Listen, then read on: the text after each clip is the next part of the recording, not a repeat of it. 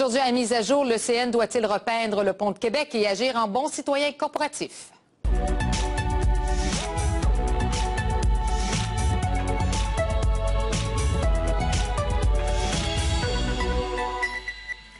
Bonjour tout le monde, bienvenue à l'émission. J'espère que vous allez bien aujourd'hui. Donc oui, le pont de Québec, la Cour a statué que le CN n'avait pas l'obligation d'investir pour peinturer l'ensemble du pont de Québec, donc dans son entièreté.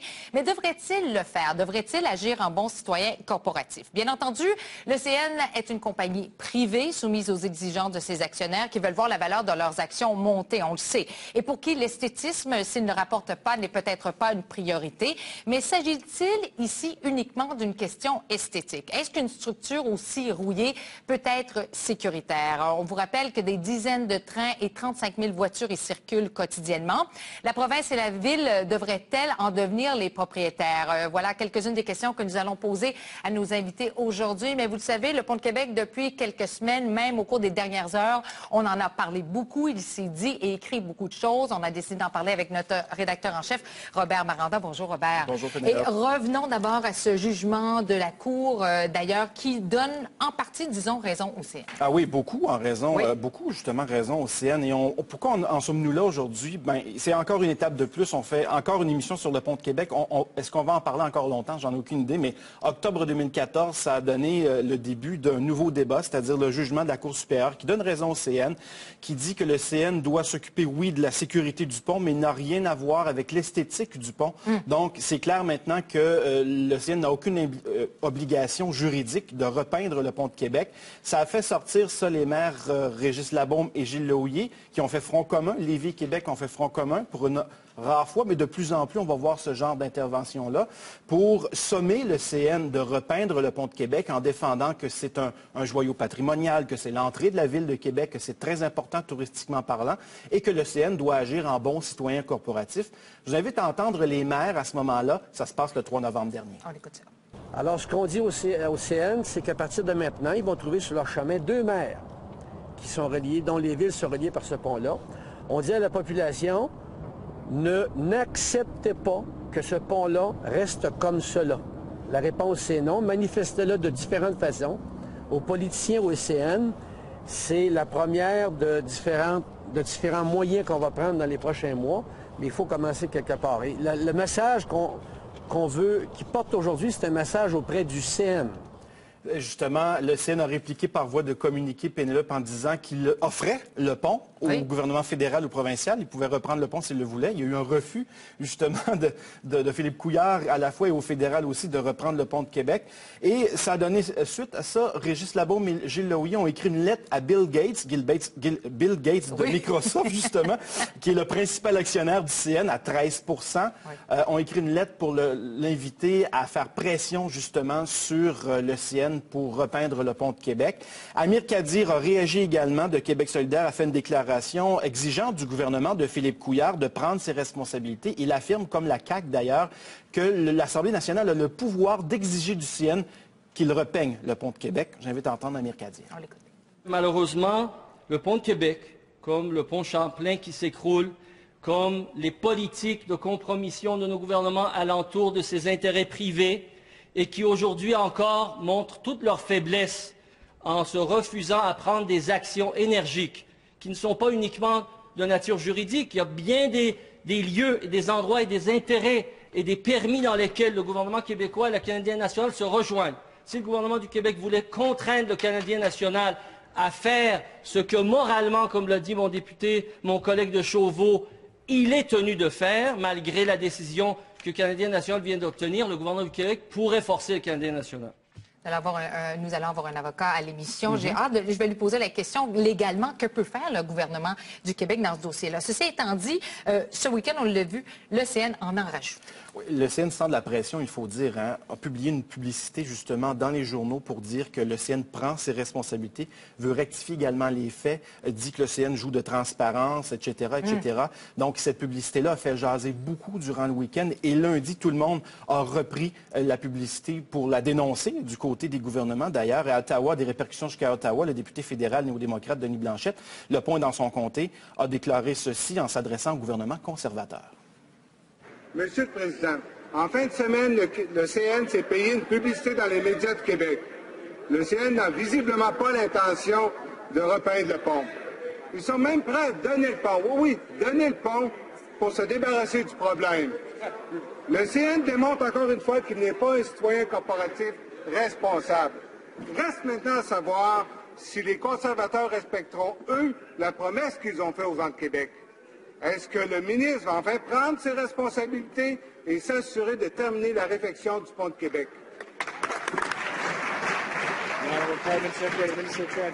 Monsieur le Président, il n'y a pas de discussion sur un transfert. Pour être clair, nous ne sommes pas intéressés à cette option.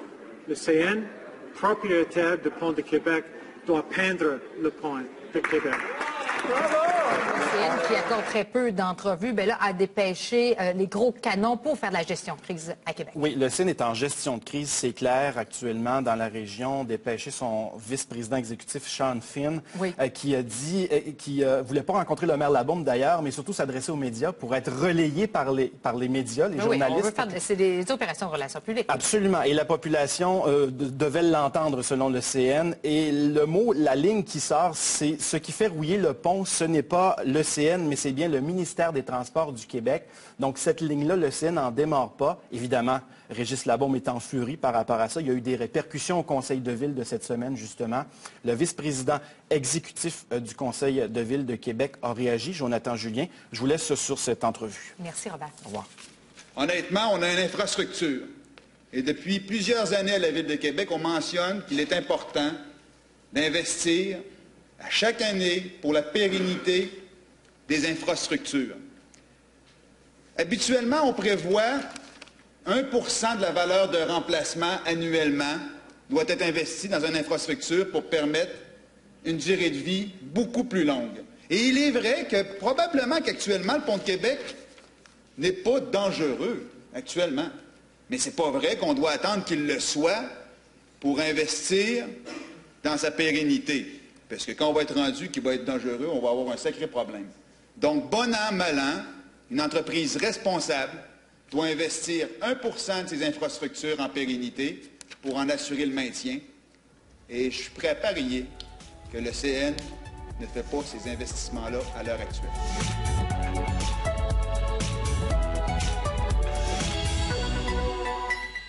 Je vous disais qu'on allait recevoir un avocat. Il est avocat chez Morancy, société d'avocats, Maître Luc Paradis. Bienvenue. Bonjour, à Mise à jour, merci d'être là aujourd'hui. Est-ce qu'il n'y a pas une contradiction dans le jugement de la Cour supérieure lorsqu'on donne raison au CN en disant qu'il a le devoir, en vertu des ententes qui ont été prises avec le fédéral lorsqu'on a cédé le pont au CN, d'assurer des travaux d'entretien? On parle aussi de peinture, mais en même temps, on dit que pour assurer la viabilité, il n'est pas obligatoire de repeindre le pont au complet. C'est pas contradictoire, ça, d'être en loi? Non, il n'y a pas de contradiction parce que lorsqu'en 93, il y a trois dates importantes. 93, le 1er juillet où le gouvernement annonce au CN qu'il va lui céder le pont. Oui. Il y a eu des ententes et il y a eu un processus où là, le CN a engagé une firme, Majesty et Masters, pour faire une analyse sur à quoi le CN s'embarquait en prenant la responsabilité du pont de Québec. Et le rapport de Majesty, à l'époque, a déterminé qu'il fallait faire des travaux de peinture de façon sélective pour sauvegarder la structure du pont. Alors, quand il est question de peinture, dans toutes les ententes jusqu'à maintenant, c'est de la peinture sélective au terme des ententes et des recherches qui ont été faites par les ingénieurs. Et jamais le CN s'est engagé à peinturer le pont au complet. Et c'est de là que vient tout le problème. D'ailleurs, le CN le répète, il coûte beaucoup moins cher de laisser rouiller la structure et au besoin, à la suite d'inspection, d'aller changer les morceaux de structure qui ont besoin d'être changés à la pièce. C'est vrai pour à peu près 99 % de leur pont. C'est un peu moins vrai pour le pont de Québec parce qu'on a à cause de la force cantilever, il y a des pièces du pont de Québec qu'on ne pourra jamais changer, sinon il s'écroulerait. Et c'est pour ça qu'il faut faire à ces endroits-là, là où les barres de torsion se rejoignent avec des goupilles, c'est là qu'il faut faire de la peinture pour empêcher la corrosion. Mais la corrosion de surface, en haut, qu'on appelle esthétique, ne met pas en danger le pont d'aucune façon. Légalement, lorsque M. Kadir se lève à l'Assemblée nationale et dit qu'il y a des façons de forcer le CN à repeindre le pont, légalement, Non, d'aucune façon. Est-ce que le gouvernement peut faire En fait, là, ce jugement-là, je ne sais pas si on va le porter en appel, mais effectivement, dans le moment, la Cour, le CN a gagné. Là. Comment voulez-vous forcer une partie qui a toujours refusé de le faire, qui en plus a un jugement dans sa poche qui dit « vous avez raison, CN ». Moi, je pense qu'on tire sur la mauvaise cible. Quant à moi, l'erreur historique, c'est quand le fédéral a décidé de vendre le pont au CN en 93. Et encore plus en 95, parce qu'en 93, le CN est toujours une société de la couronne. Oui. C'est un demi-mal. En 95, sur le point de le privatiser, on sort le tour du CN de Toronto des actifs avant la privatisation et on laisse le pont. Et on dit au CN, vous allez l'entretenir dorénavant. Le CN, il n'en voulait pas du pont. C'est un pont patrimonial. Historiquement, l'erreur est là. Et qui a fait l'erreur de mal rédiger le contrat? C'est le fédéral aussi. Donc, la bonne cible, c'est pas le CN, c'est pas le gouvernement du Québec, c'est le fédéral. Mais quand vous dites la bonne cible, on devrait marteler pour que le gouvernement fédéral reprenne la propriété de ce pont-là, oui. parce que le CN n'en veut pas. Qui a les visiblement. grands ponts au Québec? Le pont Champlain, à Montréal, la Société des ponts, c'est le fédéral. Le pont de Québec, c'est le fédéral qui l'a construit. Il l'a eu jusqu'en 95. Qu'il le reprenne et qu'il l'entretienne. Ou qu'il l'entretienne sans le reprendre, mais c'est sa responsabilité, pas celle du CN. Quand le ministre fédéral des Infrastructures, M. Lebel, se dit très sensible à la beauté de ce pont-là, il dit lui-même que le CN devrait s'en occuper parce que c'est son bien, devrait le peinturer. Mais là, avec ce que vous... Là, on tourne en rond, là. On tourne en rond, pour ça, il faut revenir au départ. Qui a fait les ententes avec le CN puis qui les a mal faites? C'est le gouvernement fédéral. Bon. Qui, aujourd'hui, est pris le problème parce que la Cour a donné raison au CN? C'est le gouvernement fédéral. Le provincial, il a pris sa responsabilité. Il a signé une entente dernièrement de 90 millions, 60 millions que le provincial va mettre pour réparer la structure et puis pour entretenir la travée. Il prend ses responsabilités provinciales. Le fédéral s'en lave les mains depuis 95 et c'est là que le problème est. C'est là que le bas blesse. Est-ce que le gouvernement fédéral, encore, parce que j'en profite, vous êtes un avocat, on va vous poser des questions légales, pourrait dire, écoutez, on va de l'avant et on va y aller, nous. On va le faire la peinture sur le pont de Québec. On va le repeindre, le pont. Ensuite, refiler la facture au CN. Est-ce qu'il y a des lois qui peuvent être changées? Est-ce qu'il y a une faille dans la loi, quelque part, qui pourrait forcer le CN à payer la facture? En fait, le gouvernement avait pris dans la procédure qu'on a devant nous à la fois une requête d'engagement déclaratoire et une injonction.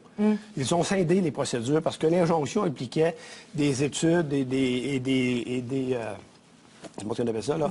Il y avait trop de coûts des associés. enquêtes, c'est ça, les enquêtes et de déposer des études d'ingénieurs pour démontrer la responsabilité. Ils ont scindé ça. Ils ont posé 5 questions à la Cour.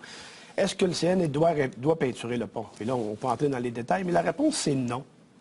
Et c'est le fédéral qui a fait ces ententes avec le CN. Et le CN nous dit, même si on avait à l'époque voulu nous faire peinturer le pont complet, on aurait dit non, on a toujours dit non et on va toujours dire non. Donc, c'est la mauvaise cible, quant à moi. Puis, juridiquement, on n'a pas de façon de le faire.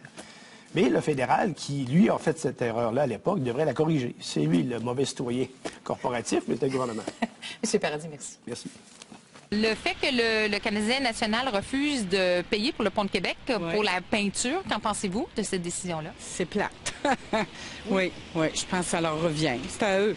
Je trouve ça dommage. J'aimerais ça que ce soit peinturé parce que c'est quand même une merveille du monde. Puis ça serait important. C'est un héritage, c'est important. J'en pense que c'est ridicule. Je trouve que ça se doit. Je pense que le Québec, représenté par le pont de Québec, alors ça se doit d'être fait. Ridicule. Pourquoi? Mais c'est à eux à le faire. C'est leur propriété, mais qu'ils l'arrangent, qu'ils peinturent. Voyons, c'est affreux. Ça a été une merveille. Ça a été une des sept merveilles du monde, là. Faut pas l'oublier, ça. Longtemps qu'il soit solide, ça n'a pas d'importance. L'esthétique, ça vous importe peu? Pas dans ce cas-là.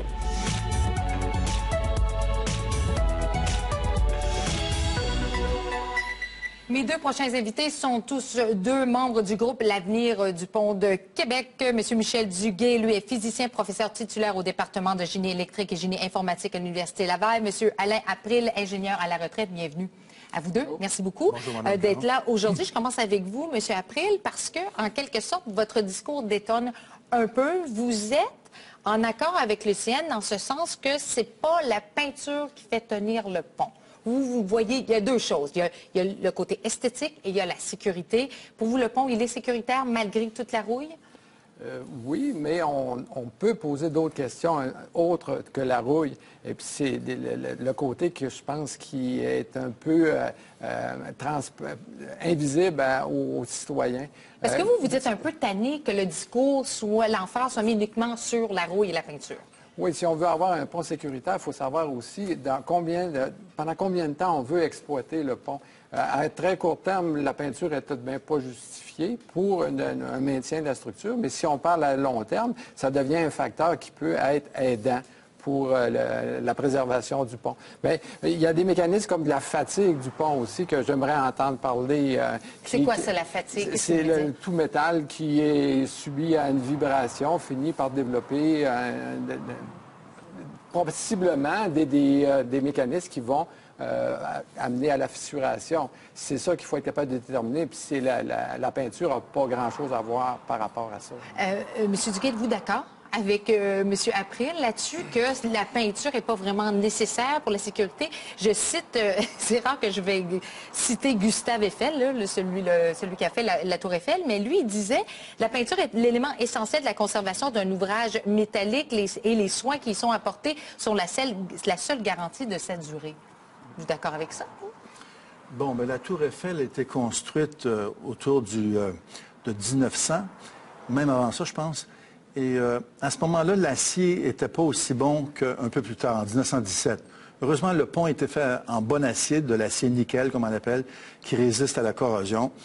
Et je pense que le pont a résisté en grande partie parce que c'est un bon acier. Mais quand même, la corrosion fait son travail. Dans le rapport de Roche, qui est sorti il y a juste un an, oui. On voit que le CN remplace quelques tonnes d'acier corrodé chaque année. Donc, si l'acier est retiré, ça veut dire qu'il y avait des raisons de le retirer.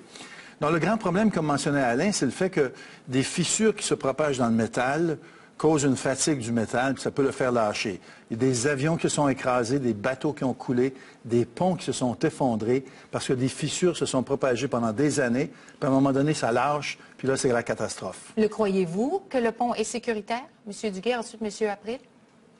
Bien, il est sécuritaire dans le sens de probabilité.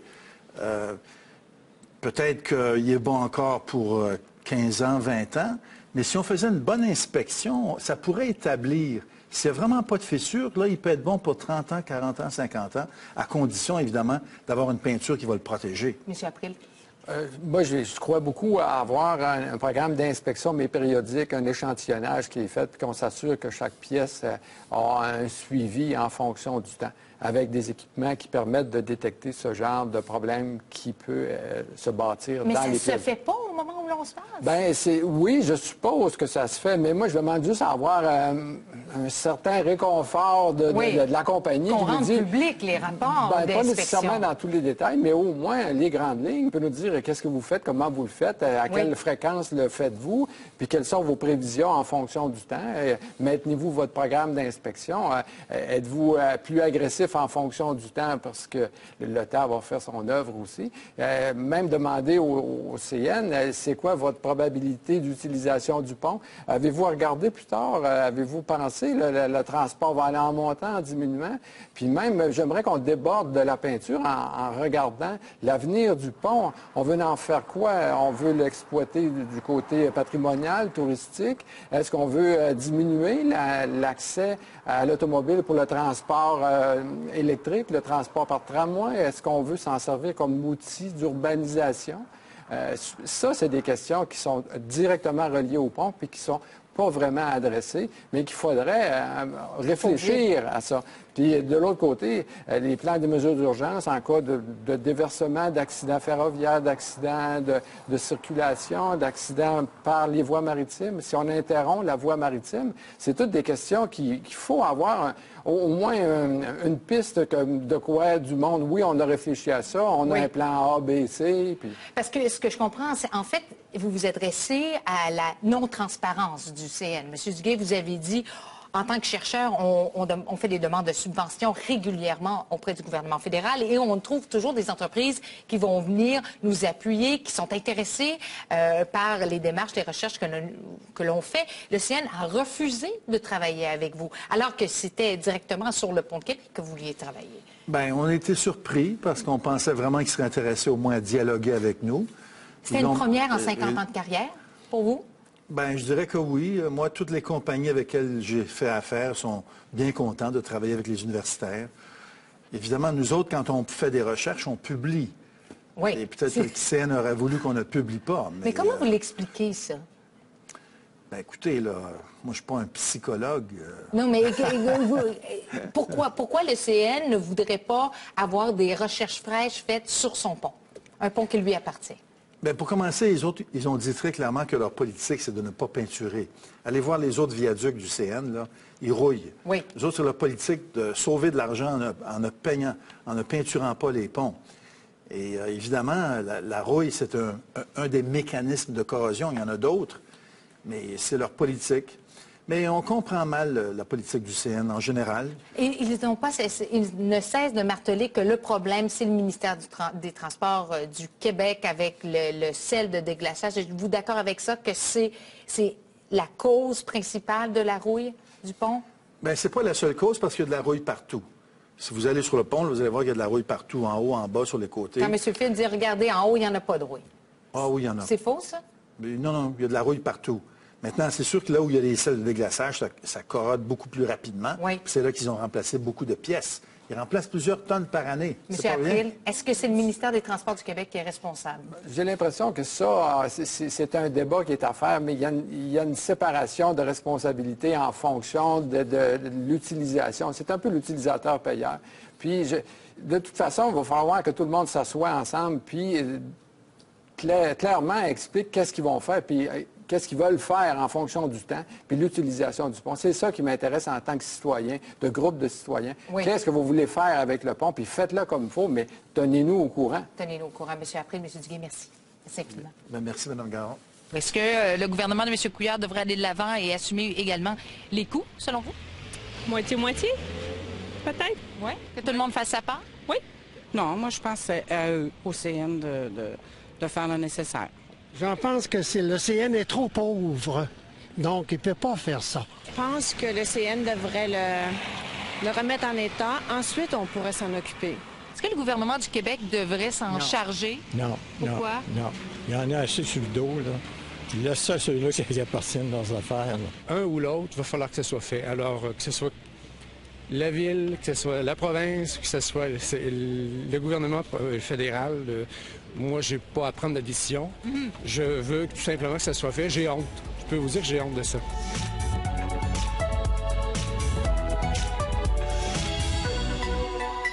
Vous ne serez pas surpris de le voir à notre émission. Auteur et conférencier spécialiste du Pont de Québec, M. Michel Lébreux, bienvenue. Re-bienvenue à Mise à jour pour encore une fois parler du Pont de Québec. Êtes-vous découragé? Bien, découragé, oui et non. Oui, dans le sens que ça dure depuis trop longtemps, malheureusement, cette situation-là. Et non, puisqu'on en parle maintenant plus que jamais. Donc, on a espoir qu'un jour, qui n'est pas trop éloigné, on voit la fin de cette saga. Si on voit clairement, de par les gestes, les paroles du CN, ils ne veulent pas repeindre ce pont-là. Est-ce que c'est à la Ville de reprendre possession du pont, peut-être avec la province, responsabilité partagée, peut-être même aussi avec le gouvernement fédéral? Oui, moi je pense que la seule façon de régler la question, c'est de partager les coûts. C'est que c'est une responsabilité partagée. Bon, le CN a la responsabilité comme propriétaire. Il y a eu des avantages au moment de la transaction. À ce moment-là, je me dis, comme propriétaire du pont, puis surtout qu'il y a les moyens de le faire, mais je me dis, il y a une certaine responsabilité. Le gouvernement fédéral qui a cédé le pont en 1993, bon, on sait que maintenant, la transaction a été mal faite. Oui. Et même en 2005, Mme Sheila Fraser, dans son rapport qu'elle avait présenté, elle mentionnait dès ce moment-là que la transaction avait été mal faite et que le CN n'aurait pas l'obligation de faire les travaux jusqu'à la fin. Donc, on pouvait se douter là, du jugement du juge Lacourcière des dernières semaines. Vous, évidemment, vous étudiez le Pont de Québec, ça fait 45 ans que vous le regardez, vous en parlez, vous faites des conférences, vous y êtes attaché. Mais en même temps, est-ce que le CN n'a pas un peu raison lorsqu'il dit, écoutez, nous, on en a besoin. Nous, l'important pour nous, c'est qu'il soit sécuritaire et qui bénéficie de la beauté d'un pont qui serait tout repeint, bien entretenu? C'est la Ville, c'est la province, non?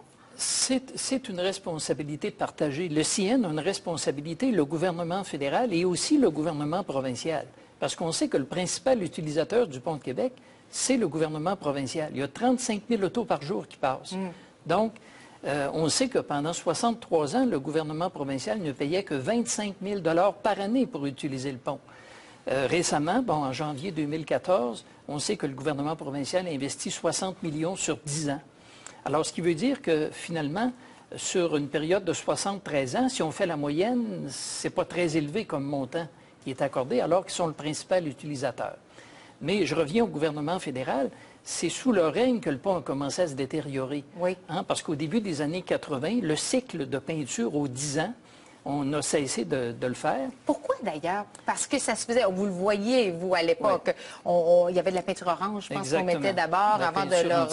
Oui. Et ça, c'est un cycle aux 10 ans. Lorsqu'on avait terminé un bout, on recommençait à l'autre bout et on pouvait dire, après 10 ans, le pont est peinturé au complet. À ce moment-là, le CN était une société de la couronne. Il recevait ses subsides du gouvernement fédéral pour exécuter les travaux. Au début des années 80, à cause des coupures de budget, ce cycle-là a pris fin.